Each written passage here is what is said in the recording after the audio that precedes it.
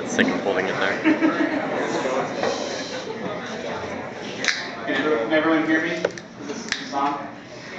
I'd like to welcome everyone to ICBM 6, Introduction to Skit Making. I will be your course organizer, Dr. Ross. And I'd like to get started with a brief introduction about how I like to make skits.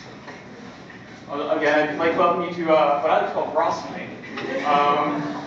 Some people like to call this skit night. However, I like to think of it as more of a recurrence of skit sessions, since we already had one skit night.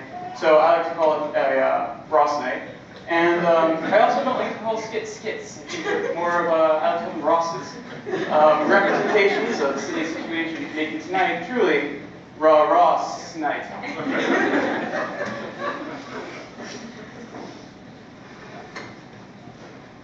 Now, I don't know if you know, but I wrote a book. I wrote a book on the skits for vet students. You too can be a proud owner of this book. I've been trying to put together a group discount for all of you who want to buy this book. Along with this book comes an entire online library of all the skits I've ever made. Plenty of references and links to PubMed where I publish facts on my skits. Now some people like to call me a skit guru. I do travel around all around the world giving lectures on how to make good skits to other vet schools as well. So, yes. Now, one of the most difficult things to do when making a skit is coming up with a good topic. The topics must be humorous. Yes, I know it's a pun. I'm quite fond of puns. Everyone loves puns. Now, some of my esteemed colleagues that may be here in the audience, namely Dr. Richardson and Dr. Orsini, are huge fans of potty humor. And I don't understand that. I'm more into situational humor, where it's like how it's big in Europe, where I like to lecture a lot. But if you would like to learn more about potty humor, you can always open up Adam's Guide to Veterinary Skits. It's a funny story. He just had a bunch of students at Colorado make a bunch of terrible skits and put them together in a book. And that was it until I wrote mine.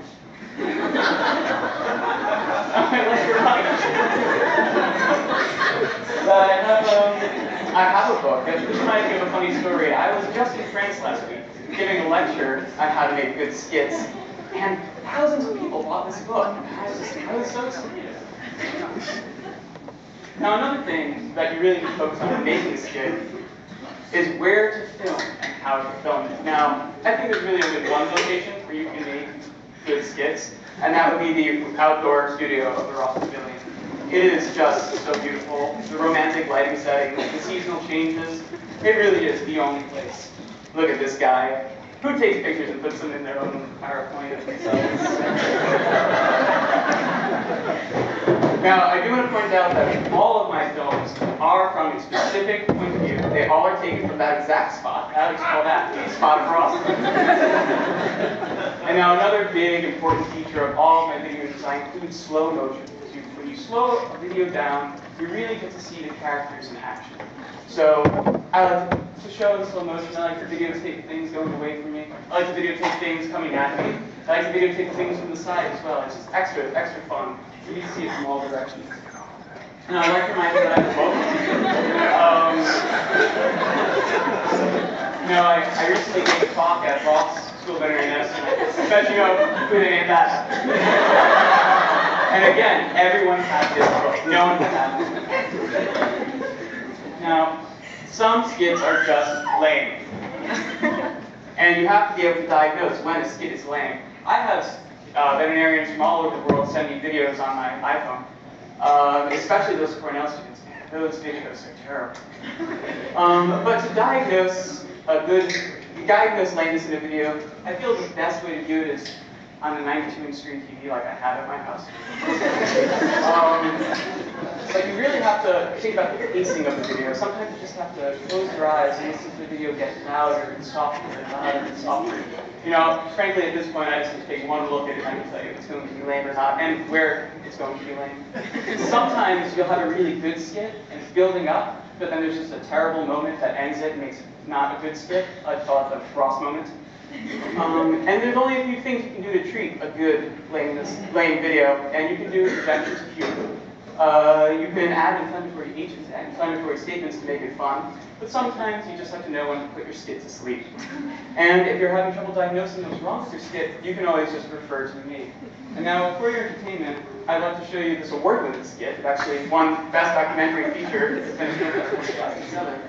And let's see if I can play that. No, it's not working. IT, is anyone here in IT? I can't figure out how to. Well, I guess that's it for me. You're welcome for my time.